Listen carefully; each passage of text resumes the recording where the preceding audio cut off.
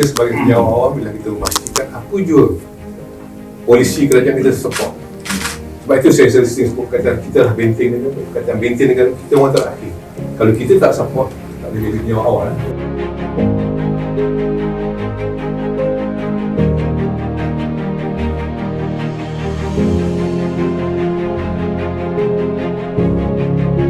Banyak benda saya belajar dengan PN dari usia Anwar Ibrahim. Pertama, PN ni memang kita nak cepat.